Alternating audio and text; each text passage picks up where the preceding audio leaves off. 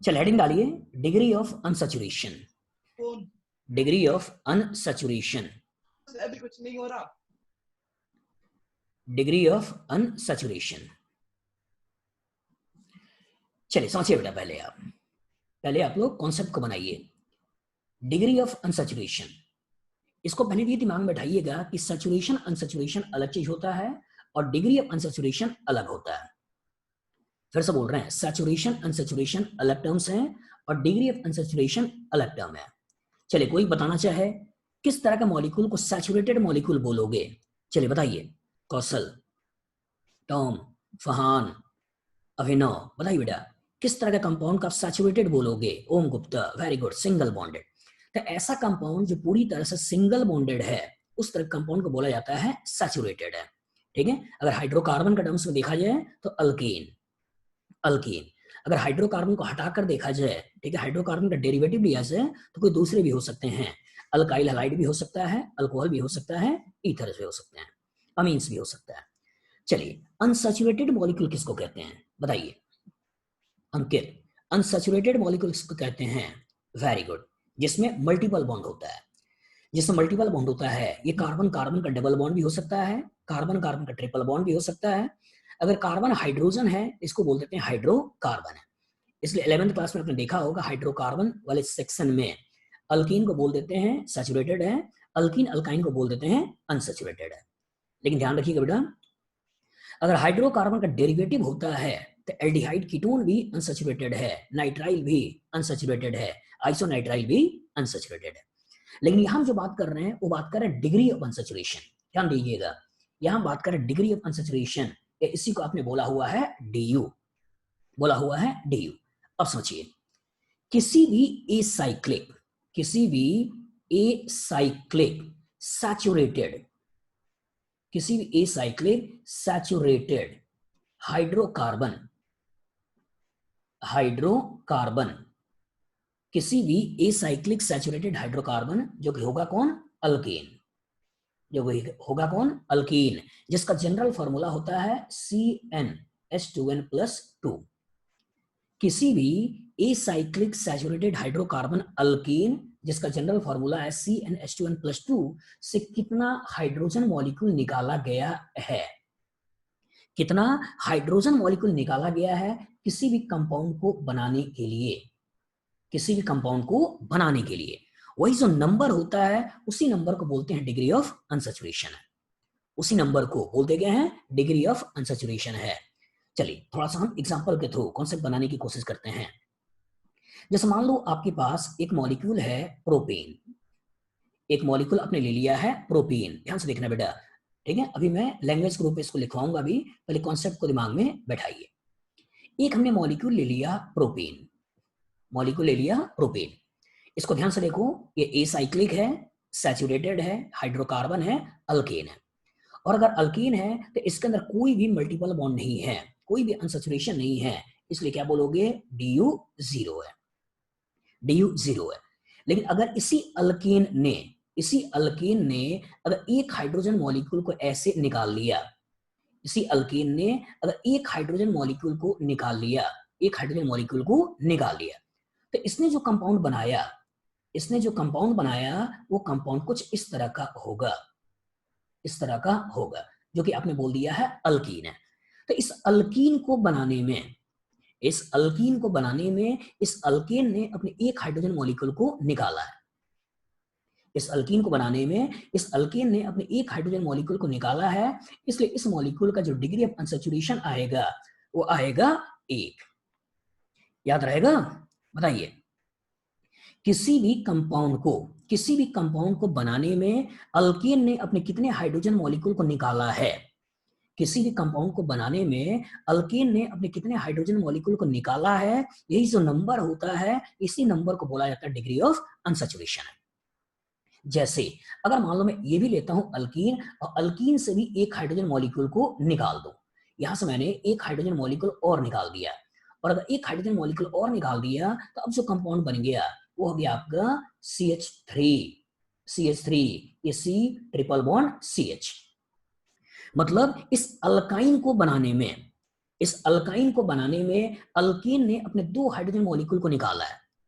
इस अल्काइन को बनाने में इस अल्केन ने अपने 2 हाइड्रोजन मॉलिक्यूल निकाला है, तब जाकर ट्रिपल बॉन्ड बना है। तो क्या बोलोगे, इस मॉलिक्यूल के अंदर डिग्री ऑफ अनसैचुरेशन कितने हैं? 2 हैं। बना लोगे? Very good Harsh. Degree of unsaturation कितने हैं? 2 हैं। सिमिलरली अगर मान लो इसी प्रोपेन को ऐसे ना लिखें, बल्कि इस प्रोपेन को मैं ऐसे लिख दूं, ऐसे लिख दूं, नोट्स के रूप में आप लोग प्रॉपर तरीके से लिखवाऊंगा बेटा, पहले कॉन्सेप्ट को दिमाग में बैठाइए, पहले कॉन्सेप्ट्स को दिमाग में बैठाइए। इसी प्रोपेन को मैंने ऐसे लिख दिया, और सोचो अगर इसी प्रोपेन ने अगर एक हाइड्रोजन मॉलिक्यूल को ऐसे निकाल लिया होता, प्रोपेन ने अगर एक हाइड्रोजन मॉलिक्यूल को ऐसे निकाल लिया होता, तो यहां से जो कंपाउंड बन जाता वो हो जाता साइक्लोप्रोपेन, CH2 CH2 और ये हो गया आपका CH2 साइक्लोप्रोपेन। मतलब इस साइक्लोप्रोपेन को बनाने में भी, इस साइक्लोप्रोपेन को बनाने में भी इस अल्केन ने, प्रोपेन ने अपने एक हाइड्रोजन मॉलिक्यूल को निकाला है। और एक हाइड्रोजन मॉलिक्यूल को निकाला है, इसलिए इसका भी डिग्री ऑफ अनसैचुरेशन कितना होगा? 1। याद रहेगा लक्ष्य? याद रहेगा हर्ष? Very good. इसका याद रहेगा? तो डेफिनेशन पे आइए। डेफिनेशन क्या कहता है? किसी भी एसाइक्लिक सैचुरेटेड हाइड्रोकार्बन जो कि अल्कीन होता है, जिसका जनरल फॉर्मूला होता है CnH2n+2, ने कितने हाइड्रोजन मॉलिक्यूल को निकाला है कंपाउंड को बनाने के लिए, तो उसी नंबर को, उसी इंडेक्स को बोला जाता है डिग्री ऑफ अनसैचुरेशन। क्लियर है? बताइए सबको क्लियर है? Good, very good. चलिए पॉइंट्स ग्रुप में लिखिए, लिखिए, लिखिए। डिग्री ऑफ अनसैचुरेशन इज, लिखिए, degree of unsaturation, degree of unsaturation bracket में DU is simply hydrogen deficiency index, hydrogen deficiency index. Degree of unsaturation simply hydrogen deficiency index which comes from removal of hydrogen molecule, removal of hydrogen molecule from acyclic, from acyclic saturated, acyclic saturated hydrocarbon, hydrocarbon that is alkane, that is alkene, which have general formula, which have general formula CnH2n+2। चलिए बताइए। हाँ, पिछले class में कौन सा topic पढ़ाया था sir आपने? पिछले क्लासेस में लगातार आपका मैसेज यही आया है। पिछले क्लासेस बेटा आपने बेसिक अंडरस्टैंडिंग वाले सेगमेंट को देखा था। लास्ट क्लास क्लासिफिकेशन हम लोग देख रहे थे। चलिए आइए। Degree of unsaturation simply hydrogen deficiency index which comes from removal of hydrogen molecule, removal of hydrogen molecule from acyclic saturated hydrocarbon alkene, जिसका जनरल फॉर्मूला होता है CnH2n+2। याद रहेगा? बताइए, याद रहेगा? टॉम, यस, लिख लिया आपने? काव्या लिख लिया? हर्षित, केशव, गुड। चलिए अब इसको बना लीजिए एक बार, इसको बना लीजिए कि प्रोपेन है, प्रोपेन ने अपने एक हाइड्रोजन मॉलिक्यूल को निकाला और इसको निकालने से उसने प्रोपीन बना लिया, प्रोपीन बना लिया। तो प्रोपीन के अंदर डिग्री ऑफ अनसैचुरेशन 1 है, लेकिन प्रोपीन के अंदर डिग्री ऑफ अनसैचुरेशन 0 है। प्रोपीन ने अपना एक हाइड्रोजन मॉलिक्यूल निकाल लिया और उसने प्रोपाइन बना दिया, इसके अंदर डिग्री ऑफ अनसैचुरेशन 2 हो गया। इवन साइक्लिक सिस्टम बनाने में भी मॉलिक्यूल अपने एक हाइड्रोजन मॉलिक्यूल को निकाला है और एक हाइड्रोजन मॉलिक्यूल को निकालने से ये कार्बन कार्बन कनेक्टेड हो गया और ये साइक्लोप्रोपेन बन गया। चलिए बनाइए, लिखिए, लिखिए, चलिए करिए, बनाइए। सेल नोट्स होना चाहिए बेटा, नोट्स होना चाहिए, लिखना जरूरी है, बचिए नहीं, केवल स्क्रीनशॉट से काम ना चलाइए। अगर आप लाइव पढ़ रहे हैं तो प्रॉपर आपके नोट्स भी आपके नोटबुक में होना चाहिए। चलिए समझिए बेटा, कॉन्सेप्ट बनाइए। अल्कीन जिसका जनरल फॉर्मूला आपने बोला है CnH2n+2, तो इस कंपाउंड का जनरल फॉर्मूला होगा, क्या होगा, CnH2n+2। अब ध्यान से देखो अल्कीन का जनरल फॉर्मूला बनता कैसे है। इस अल्कीन ने अपने एक हाइड्रोजन मॉलिक्यूल को निकालकर अल्कीन बनाया है, तो इसका जनरल फॉर्मूला कैसे बनाओगे, CnH2n+2 यही हाइड्रोजन मॉलिक्यूल को निकाल दिया। अब जो जनरल फॉर्मूला बन जाता है CnH2n। तो जो आपने याद किया है कि अल्कीन का जनरल फॉर्मूला होता है CnH2n, ये आता कहां से है, ये आता है अल्कीन के एक हाइड्रोजन मॉलिक्यूल को निकलने की वजह से।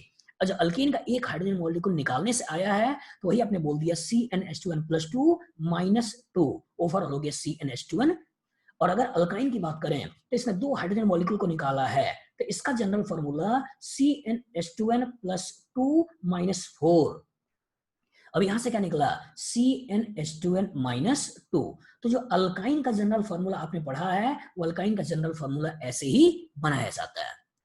और सोचिए इस अल्कीन साइक्लो अल्कीन को बनाने में भी अगर मॉलिक्यूल ने एक हाइड्रोजन मॉलिक्यूल निकाला है, तो इसका भी जनरल फॉर्मूला क्या होगा, CnH2n+2 -2 मतलब CnH2n। तो जो आपने रटा है कि साइक्लिक सिस्टम में साइक्लो अल्कीन में जनरल फॉर्मूला CnH2n होता है, वो यहीं से निकाला जाता है। डिफरेंस क्लियर है साकेत, बताइए Tom and Jerry, difference clear है, गुड। मतलब अल्कीन CnH2n+2 है, अल्कीन CnH2n है, कहां से आया, दो हाइड्रोजन एटम को हटाया आपने। अल्काइन CnH2n-2 कहां से आया, इसमें चार हाइड्रोजन एटम को हटाया। Difference clear. चलिए अब यहां से ध्यान से देखिए कुछ इंपॉर्टेंट चीज, कुछ ध्यान से चीजों को देखिए, कुछ इंपॉर्टेंट चीज निकलेगा। इंपॉर्टेंट चीज क्या निकलेगा, अगर आपने एक डबल बॉन्ड बनाना है, अगर आपको एक डबल बॉन्ड बनाना है मतलब एक हाइड्रोजन मॉलिक्यूल को निकालना है, अगर आपको डबल बॉन्ड बनाना है मतलब एक हाइड्रोजन मॉलिक्यूल को निकालना है, मतलब DU एक सोचना है। अगर ट्रिपल बॉन्ड बनाना है तो दो हाइड्रोजन मॉलिक्यूल को निकालना है, मतलब DU दो सोचना है। इवन अगर साइकिल बनानी है, रिंग बनाना है, तो भी आपको एक हाइड्रोजन मॉलिक्यूल को निकालना है, मतलब साइकिल का मतलब DU एक होता है, डबल बॉन्ड का मतलब DU एक होता है, और ट्रिपल बॉन्ड का मतलब DU दो होता है।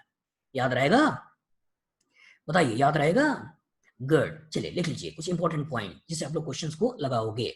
लिखिए इंपॉर्टेंट पॉइंट जिससे आप क्वेश्चंस को लगाओगे, लिखो DU0। DU0 इसका मतलब क्या है, compound, compound do not have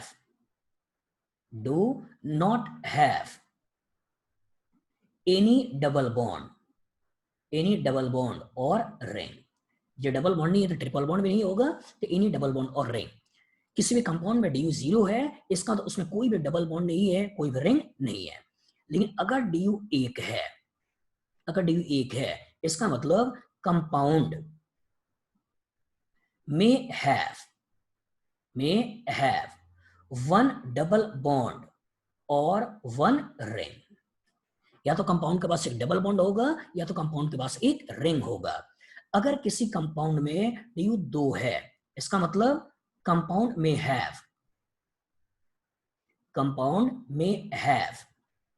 have one triple bond और टू डबल बॉन्ड और one ring along with one double bond या दो रिंग्स। सारी पॉसिबिलिटी हो सकती है। एक डबल बॉन्ड को बनाने में DU एक रिंग को बनाने में DU एक, तो इसका मतलब ट्रिपल बॉन्ड बनाने में DU दो, दो रिंग्स बनाने में भी DU दो। डिफरेंस क्लियर है, डिफरेंस क्लियर है। मे बी इसलिए यूज किया बेटा कि ये ट्रिपल बॉन्ड भी सोच सकते हो, दो डबल बॉन्ड भी सोच सकते हो, एक रिंग के साथ डबल बॉन्ड भी सोच सकते हो, दो रिंग्स भी सोच सकते हो। आगे जब मॉलिक्यूलर फॉर्मूला स्ट्रक्चर बनाना होगा तो सारी संभावनाओं को दिमाग में बैठाना है। सारी संभावनाओं को कह दिया उसने C3H6 है, उसके सारे स्ट्रक्चर बनाइए, तो इसका मतलब उससे आपको डबल बॉन्ड भी बनाना है, उससे आपको रिंग भी बनाना है। इसलिए मैंने लिखा हुआ है कि में मतलब या तो एक डबल बॉन्ड हो सकता है या तो एक रिंग हो सकता है। समझ गया, या तो एक रिंग हो सकता है। वेरी गुड ओम। जो आइसोमर बनाएंगे उसमें कहीं ना कहीं इसका जिक्र आने वाला है। मतलब अगर मॉलिक्यूलर फार्मूला दे दिया, उस मॉलिक्यूलर फार्मूला से अगर आपको स्ट्रक्चर बनाना होगा तो स्ट्रक्चर इसी पर्टिकुलर हेल्प से आपको बनाना है। चलिए अब कुछ इंपॉर्टेंट चीज ध्यान से दिमाग में बैठाइएगा, इसी से गलतियां होती हैं। चलिए समझिए, यहाँ पर उसने बोल दिया कि DU एक है, इसका मतलब एक डबल बॉन्ड है या एक रिंग है। तो क्वेश्चन आया कि सर डबल बॉन्ड जो सोच रहे हो, ये डबल बॉन्ड किस किस तरह का हो सकता है? क्या हम कार्बन कार्बन डबल बॉन्ड सोचें, कार्बन ऑक्सीजन डबल बॉन्ड सोचें, कार्बन नाइट्रोजन डबल बॉन्ड सोचें, नाइट्रोजन नाइट्रोजन डबल बॉन्ड सोचें, किस तरह का डबल बॉन्ड सोचें? तो चूंकि आपने बेसिक डेफिनेशन दिया हुआ है कि degree of unsaturation simply the hydrogen deficiency index which comes from the removal of hydrogen molecule from acyclic saturated hydrocarbon alkyne. Alkyne मतलब कार्बन होना उसके अंदर जरूरी है, कार्बन से मल्टीपल बॉन्ड होनी जरूरी है, और जो कार्बन से कनेक्शन होना जरूरी है तो ये कार्बन कार्बन का डबल बॉन्ड भी हो सकता है, कार्बन नाइट्रोजन डबल बॉन्ड भी हो सकता है, कार्बन ऑक्सीजन डबल बॉन्ड भी हो सकता है, कार्बन सल्फर डबल बॉन्ड भी हो सकता है। मतलब कार्बन से कनेक्टेड क्योंकि आया कहां से है? अल्कीन से। और जब आया अल्कीन से है तब carbon double bond carbon, carbon double bond nitrogen, carbon double bond oxygen, carbon double bond sulphur भी सोच सकते हो। डबल्स क्लियर है? इवन अगर आप बात कर रहे हो रिंग्स, इवन अगर आप बात कर रहे हो रिंग, तो रिंग में भी दो तरह की रिंग हो सकती है, होमोसाइक्लिक, हेटेरोसाइक्लिक। मतलब ये रिंग्स जो हम सोच रहे हैं ये पूरा का पूरा कार्बन से बना हुआ भी हो सकता है। इवन ये रिंग के अंदर कार्बन के साथ नाइट्रोजन, ऑक्सीजन, सल्फर वगैरह भी लगे हुए भी हो सकते हैं, क्योंकि कार्बन होना जरूरी है। कार्बन होना जरूरी है क्योंकि आया कहां से है? अल्कीन से। मतलब रिंग्स आपकी होमोसाइक्लिक भी हो सकती है, रिंग्स आपकी होमोसाइक्लिक भी हो सकती है, रिंग आपकी हेट्रोसाइक्लिक भी हो सकती है, हेट्रोसाइक्लिक भी हो सकती है। हेट्रोसाइक्लिक मतलब रिंग बनाने में कम से कम एक hetero atom nitrogen, oxygen, sulphur use हुआ हो। चलिए इसको लिख लीजिए, ये भी काम आएगा कि double bond carbon carbon group में भी हो सकता है, double bond carbon nitrogen group में भी हो सकता है, डबल बॉन्ड कार्बन ऑक्सीजन के रूप में भी हो सकता है, डबल बॉन्ड कार्बन सल्फर के रूप में भी हो सकता है। मतलब कार्बन से कनेक्टेड बॉन्ड हो सकते हैं। याद रहेगा ईसा, जयदेव, साकिब, SJ, ओम, गुड, वेरी गुड। चलिए अब जल्दबाजी में जो बच्चे गलती करते हैं उससे भी समझिए बेटा, जल्दबाजी में जो बच्चे गलती करते हैं उससे भी समझिए, कार्बन से कनेक्टेड होना चाहिए, और जब कार्बन से कनेक्टेड होना चाहिए तो ऑलवेज बी केयरफुल, हमें नाइट्रोजन डबल बॉन्ड नाइट्रोजन नहीं लेना है, हमें ऑक्सीजन डबल बॉन्ड ऑक्सीजन नहीं लेना है। क्लियर? हमें ऑक्सीजन डबल बॉन्ड सल्फर नहीं सोचना है। मतलब कार्बन से कनेक्टेड होना चाहिए, तो कभी नाइट्रोजन डबल बॉन्ड नाइट्रोजन दिख जाए इसमें DU0 या DU1 मत सोचिएगा, इसमें DU1 मत सोचिएगा, इसमें DU1 मत सोचिएगा। इसी तरीके से जब हम ट्रिपल बॉन्ड की बात कर रहे हैं, इसी तरीके से अगर हम ट्रिपल बॉन्ड की बात कर रहे हैं, ट्रिपल बॉन्ड की बात कर रहे हैं, तो अगेन अगर ये कार्बन से कनेक्टेड है तो हम कार्बन कार्बन का ट्रिपल बॉन्ड सोच सकते हैं, कार्बन नाइट्रोजन का ट्रिपल बॉन्ड सोच सकते हैं, कार्बन कार्बन का ट्रिपल बॉन्ड सोच सकते हैं, कार्बन नाइट्रोजन का ट्रिपल बॉन्ड सोच सकते हैं। लेकिन केयरफुल रहिएगा, नाइट्रोजन नाइट्रोजन का ट्रिपल बॉन्ड हमें नहीं सोचना है, नाइट्रोजन नाइट्रोजन का ट्रिपल बॉन्ड हमें नहीं सोचना है। याद रहेगा? बताइए अगर अल्कीन से आया है तो कार्बन से कनेक्शन होना जरूरी है, लिख लीजिएगा, इससे बच्चे गलती करते हैं।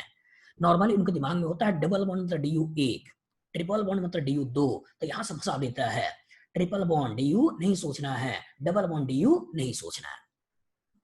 चलिए बनाइए, करिए।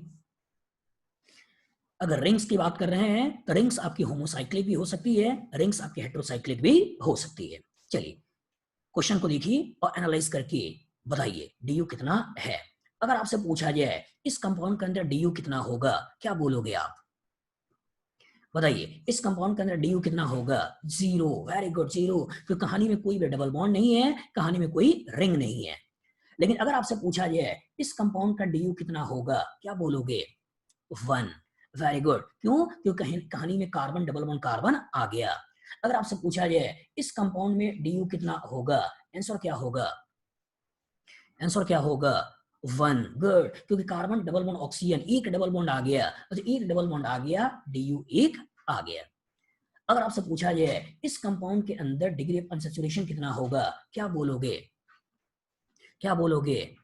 1। 1 साइक्लिक सिस्टम बेटा, अगर साइक्लिक सिस्टम है तो DU कितना होता है? 1। Very good. लेकिन यही अगर साइक्लोहेक्सीन दे दे, ऐसे दे दें और आपसे पूछ लें इसमें DU कितना है, क्या बोलोगे? 2। वेरी गुड, क्योंकि एक बन जाएगा रिंग के कारण और एक हो जाएगा कार्बन कार्बन डबल बॉन्ड के कारण। इवन अगर आपको क्वेश्चन ऐसे दे दे कि साइक्लोहेक्सेनोन है और इसके अंदर पूछ लेगा DU कितना है, क्या बोलोगे? क्या बोलोगे? 2, वेरी गुड। एक इधर एक इधर, इन दोनों को देखते हुए एक डबल बॉन्ड एक रिंग, DU हो जाएगा 2। तो इसी तरह का अगर मान लो कुछ क्वेश्चन दें और आपसे पूछें कि दिए हुए मॉलिक्यूल में डिग्री ऑफ अनसैचुरेशन बताइए, बता दोगे? बताओ, अगर कुछ क्वेश्चन दिया जाए और आपसे पूछा जाए डिग्री ऑफ अनसैचुरेशन बताइए, बता दोगे? यस। चलिए लिखिए, फिर लिखिए, right the degree of unsaturation for given molecule.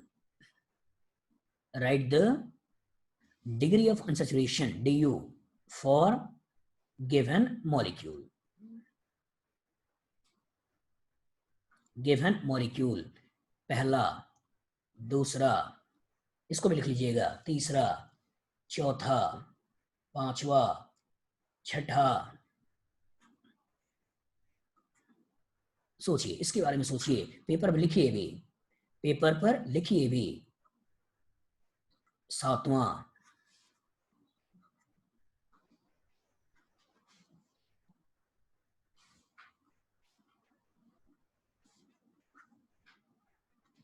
बनाइए बनाइए बनाइए बनाइए। आठवां,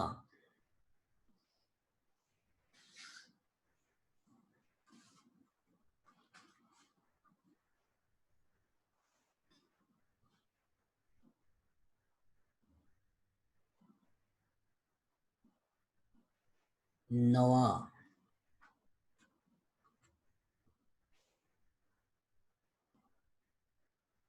और ये 10वां। चलिए सोचिए, सोचिए, जल्दी नहीं करिए, जल्दी नहीं करिए, अभी पूछूंगा मैं। पहले एक बार नोटबुक पे लिख लो, आप एक बार नोटबुक पे लिख लो और एक एक स्ट्रक्चर्स को बना लो, उसके बाद हम लोग डिस्कस करेंगे, उसका डिस्कस करेंगे। लिख लिया? सब लोगों ने बना लिया? Done, very good very good very good. चलिए एक और डिस्कस करते हैं। इसमें DU कितना आएगा बताइए? DU कितना आएगा? 0, क्योंकि डबल बॉन्ड रिंग नहीं है। इसमें DU कितना आएगा? 1, अभी आपने बोला है। इसमें DU कितना आएगा? 1, वेरी गुड। इसमें DU कितना आएगा? 1, गुड। इसमें DU कितना आएगा? 2। इसमें DU कितना आएगा? 2। अब यहीं से आपको आगे लगाना है। सोचिए, बेंजीन बताइए, बेंजीन में डिग्री ऑफ अनसैचुरेशन कितना होगा? Very good very good, 4, good. 1, 2, 3 double bond के कारण, एक रिंग के कारण DU कितना हो गया? 4। 4। इसमें बताइए, इसको बोला जाता है पैरासीटामोल। इस पैरासीटामोल में DU कितना है? DU कितना है? 5, गुड। 1, 2, 3, 4, बेंजीन सुनते ही दिमाग में 4 DU आ जाना चाहिए, 4। और ये carbon double bond oxygen, total हो गए 5, टोटल हो गए 5। इसमें बताइए, एस्प्रिन सर दर्द की दवा है, इसमें DU कितना है? 6, very good very good very good. 1, 2 और बेंजीन का 4, टोटल कितने हो गए? 6। 6, संभल के करिएगा, इसमें गलती हो सकती है। DU कितना आएगा? DU कितना आएगा? हाँ, कुछ बच्चों का आंसर आ रहा है 1, कुछ बच्चों का आंसर आ रहा है 2, कुछ का आ रहा है 3। जल्दी मत करिए, जल्दी मत करिए। चलिए, यही कहानी की ब्यूटी थी बेटा। यहाँ लगा हुआ है CN और लगा हुआ है CN, तो C ट्रिपल बॉन्ड N होता है, C ट्रिपल बॉन्ड N होता है। तो DU 2 यहाँ है, 1 DU यहाँ है, टोटल DU कितना हो जाएगा? 3। टोटल DU कितना हो जाएगा? 3। तो यहां से क्या निकला? यहां से क्या निकला? क्वेश्चन इजी पूछना होगा, तरीका ये होता है। क्वेश्चन अच्छा पूछना होगा तो उसमें कुछ बॉन्ड को छुपाएगा, उसमें कुछ बॉन्ड को छुपाएगा और आपसे पूछेगा क्या उस छुपा हुआ बॉन्ड को आपको अच्छी तरह से देखने आता है या नहीं आता है। तो जो छुपाया जाता है ऑर्गेनिक केमिस्ट्री में, वो मेनली होते क्या हैं? C डबल बॉन्ड O वाले बॉन्ड होते हैं। ध्यान रखिएगा, जो छुपाया जाता है वो मेनली छुपाया जाता है C डबल बॉन्ड O वाले बॉन्ड। और जो C डबल बॉन्ड O वाले बॉन्ड को छुपाता है, इसी को ऐसे लिख देता है। जैसे अगर आपको कार्बोक्सिलिक एसिड देना होगा तो ऐसे दिखा देगा, तो बच्चा बड़े आराम से बता देगा DU 1 है। लेकिन हो सकता है ऐसे ना लिखे बल्कि ऐसे लिख दे, तो बच्चे को हो सकता है जल्दबाजी में दिखाई ना दे। हो सकता है कि अगर उसे एसिड हैलाइड लिखना होगा तो ऐसे ना लिखे, बल्कि एसिड हैलाइड को ऐसे बना दे। हो सकता है उसको कीटोन लिखना होगा तो कीटोन को ऐसे ना लिखे, बल्कि कीटोन को ऐसे बना दे, ऐसे बना दे। हो सकता है उसे एल्डिहाइड बनाना हो, एल्डिहाइड को ऐसे ना लिखे, बल्कि ऐसे बना दे। हो सकता है अमाइड लिखना हो, अमाइड को ऐसे ना लिखे, हो सकता है ऐसे बना दे। तो इन जगहों को देखकर कभी कभी बच्चे के दिमाग में कार्बन डबल बॉन्ड ऑक्सीजन की फीलिंग नहीं आती है। और जो कार्बन डबल बॉन्ड ऑक्सीजन वाली फीलिंग नहीं आती है तो हो सकता है बच्चा एक डीयू कम बता दे। कितना लोगों को ये पहले से मालूम था कि जहां भी सीओ आ जाए उसे ऐसे लिखते हैं? बताइए कितना लोगों को मालूम था? गुड, काफी बच्चे हैं, काफी बच्चे हैं, वेरी गुड, लगभग सभी को मालूम है। आना चाहिए बेटा, आना चाहिए। टर्म्स क्लियर है? इवन कभी सी ट्रिपल बॉन्ड एन हो जाए, इसे भी कंडेंस कर देता है और इसे कंडेंस करके वो सी एन ऐसे भी लिख सकता है। तो इसके लिए तैयार रहिएगा। इसी तरीके से कभी अगर एन ट्रिपल बॉन्ड सी आइसोनाइट्राइल ऐसे दिखाना हो, इस पर्टिकुलर को हो सकता है वो एनसी ऐसे बना दे, ऐसे बना दे। ट्रिपल बॉन्ड मतलब नाइट्रोजन कोऑर्डिनेट बॉन्ड से इलेक्ट्रॉन इधर दे रहा है कार्बन को, तो लिखने का तरीका वो इस तरह से दिखा सकता है, लिखने का तरीका वो इस तरह से दिखा सकता है। एकदम इसके लिए तैयार रहना चाहिए। कुछ जगहें जो गलती होती है वो मेनली ये है।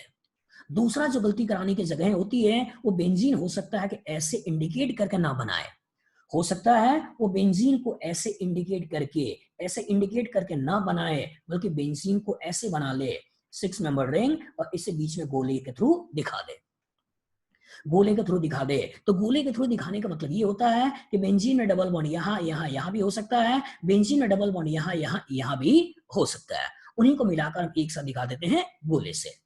मतलब बेंजीन का लिखने का तरीका अगर ऐसे होगा तो क्वेश्चन इजी हो जाता है, लेकिन बेंजीन का लिखने का तरीका अगर ऐसे होगा तो क्वेश्चन थोड़ा अच्छा हो जाता है। तैयार रहिएगा, इससे क्वेश्चंस बनाए जाते हैं। जैसे मान लो क्वेश्चन ऐसे पूछ ले, यहाँ उसने दे दिया ऐसे और यहाँ उसने दे दिया ऐसे, और आपसे पूछ लिया इसके अंदर डिग्री ऑफ अनसैचुरेशन बताइए। चलिए बताइए, बाइफिनाइल, इसमें ड्यू कितना आएगा? काव्या, तनिष, लक्ष्य, वेरी गुड, लगभग सबने सही बताया। मतलब बेंजीन को ऐसे एक्सपेंड करके सोच सकते हो, बेंजीन सोचते ही आपके दिमाग में ड्यू 4 आ जाना चाहिए। मतलब आप इस बेंजीन को चाहे तो सर्कल रूप में सोचो या बेंजीन में 3 डबल बॉन्ड के रूप में सोचो, ठीक है? कहानी एक ही है, 1 2 3 4 5 6 7 और 8। तो बाइफिनाइल को हो सकता है ऐसे लिख दे, बाइफिनाइल को हो सकता है ऐसे लिख दे, और ऐसे क्वेश्चन को क्रिएट कर सकता है। याद रहेगा? बताइए, याद रहेगा? क्वेश्चन और अच्छा पूछना होगा तो हो सकता है रिंग्स को मिलाए, हो सकता है बेंजीन और बेंजीन को मिलाकर ऐसे वो आपको नेफ्थलीन दे दे और पूछ ले इसमें डिग्री ऑफ अनसैचुरेशन बताइए इसमें ड्यू कितना आएगा? गुड, कुछ बच्चे 7 बोल रहे हैं, कुछ बच्चे 8 बोल रहे हैं। जल्दी मत करिए, सोचिए, आराम सोचिए। 7, 1 2 3 4 5 और एक ये वाले रिंग 6 और एक ये वाले रिंग, टोटल कितने हो गए? 7। खतरनाक दिमाग मत लगाइएगा कि एक बार एक रिंग ये ले लिया, एक बाहर वाले रिंग ले लिया जाए। अगर अंदर वाला रिंग ले लिया तो बाहर वाला रिंग अपने आप ही ले लिया। हो सकता है बाइसाइक्लिक कंपाउंड ऐसे पूछ ले और आपसे पूछते कि इसके अंदर डिग्री ऑफ अनसैचुरेशन बताइए कितना डीयू आएगा इसमें डीयू कितना आएगा? बताइए 2, वेरी गुड, 2। मतलब एक डीयू इसके कारण टोटल डीयू कितने हो गए? 2। खतरनाक वाला दिमाग मत लगाइएगा कि एक रिंग ये हो गई, एक बाहर वाली रिंग हो गई। एक बार अगर आपने अंदर ले लिया, बाहर वाला इनडायरेक्टली आपने ले लिया। क्वेश्चन आएगा, लगा लोगे? बताइए, क्वेश्चन आएगा तो लगा लोगे? Yes, very good, yes. चलिए, कभी कभी 6 नंबर रिंग में जब बाइसाइक्लिक बनाना होता है तो ऐसे दिखा सकता है। बताइए इसका डिग्री ऑफ अनसैचुरेशन कितना आएगा? 2, very good, degree of unsaturation कितना है? 2। हो सकता है मॉलिक्यूल को ऐसे ना लिखे, मॉलिक्यूल का ऐसा ना लिखे, एक दूसरा मॉलिक्यूल ले लें और उसे ऐसे लिख दें। बताइए इसमें डिग्री ऑफ अनसैचुरेशन कितना है? 2। गुड, एक इधर एक इधर, ये भी बाइसाइक्लिक मॉलिक्यूल है। हो सकता है कि वो ऐसे भी एक दूसरा स्ट्रक्चर बना ले, ऐसे एक दूसरा स्ट्रक्चर बना ले, ऐसे कर दे और आपसे पूछ ले इसके अंदर डिग्री ऑफ अनसैचुरेशन कितने हैं? 2। वेरी गुड, 2, एक और एक 2, डी कितने हो गए? 2। चलिए अब समझिएगा बेटा क्वेश्चन कैसे गलती करवाता है। ध्यान समझिएगा क्वेश्चन कैसे गलती करवाता है।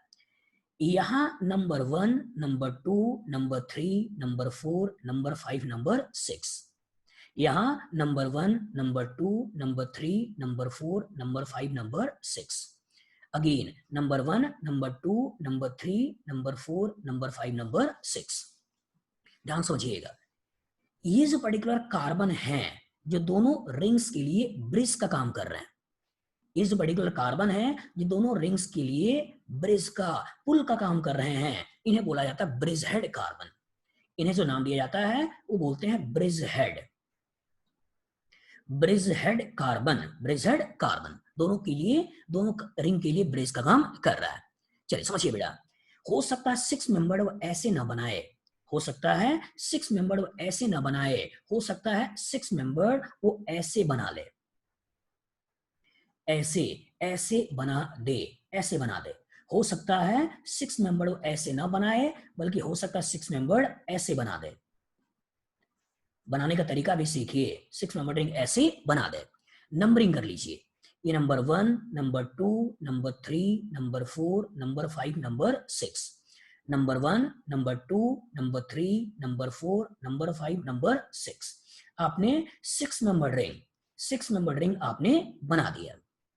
अब ध्यान से देखना 1 और 4 के बीच में कोई कार्बन नहीं है, और जब 1 और 4 के बीच में कोई कार्बन नहीं है तो 1 और 4 को मिला दीजिए। लेकिन यहां ध्यान से देखिए 1 और 4 के बीच में एक CH2 निकला हुआ है, और जब 1 और 4 के बीच में एक CH2 निकला हुआ है तो 1 और 4 के बीच में एक CH2 निकला हुआ है। मतलब इस निकलने को वो ऐसे भी दिखा सकता है, इस निकलने को वो ऐसे भी दिखा सकता है, ऐसे भी दिखा सकता है। मतलब लिखने का तरीका ऐसे भी हो सकता है, लिखने का तरीका ऐसे भी हो सकता है। उसी तरीके से यहां देखें तो 1 और 4 में 2 CH2 निकले हुए हैं, तो 1 और 4 में 2 CH2 ऐसे निकालकर ऐसे भी वो दिखा सकता है। लिखने का तरीका ऐसे भी हो सकता है, लिखने का तरीका ऐसे भी हो सकता है, ऐसे भी हो सकता है। तो यहीं पर गलती होती है, यहीं पर गलती होती है। बच्चा जल्दबाजी में हो सकता है इस पर्टिकुलर को सही तरीके से एनालाइज ना कर पाए। ध्यान से देखिए और समझने की कोशिश करिएगा गलती कहां होती है उसे समझिए। ध्यान से देखिए, अगर ऐसे मॉलिक्यूल को लिख कर देगा बच्चा बड़े मन से देख लेगा, एक रिंग दो रिंग, एक रिंग दो रिंग, एक रिंग दो रिंग। लेकिन जो ऐसे लिख कर देगा तो हो सकता है कि बच्चे के दिमाग में आ जाए यहां भी एक कार्बन है, हो सकता है बच्चे के दिमाग में आ जाए यहां भी एक कार्बन है, और हो सकता है बच्चे के दिमाग में आ जाए एक रिंग दो रिंग तीन रिंग। हो सकता है बच्चे के दिमाग में आ जाए कि यहाँ कार्बन है, एक रिंग दो रिंग तीन रिंग। हो सकता है बच्चे के दिमाग में आ जाए कि यहाँ कार्बन है, एक रिंग दो रिंग तीन रिंग, आ जाए कार्बन है एक रिंग दो रिंग तीन रिंग। लेकिन ये मॉलिक्यूल सेम है, ये मॉलिक्यूल सेम है, ये मॉलिक्यूल सेम है। याद रहेगा? बताइए याद रहेगा? हाँ लिख लो कॉपी में लिख लो, आप प्रॉपर तरीके से नोटबुक में नोट कर लो। ये कुछ जगह हैं जहां थोड़ा सा आपको सचेत रहना चाहिए, क्योंकि इन्हीं जगहों से गलतियां होती हैं।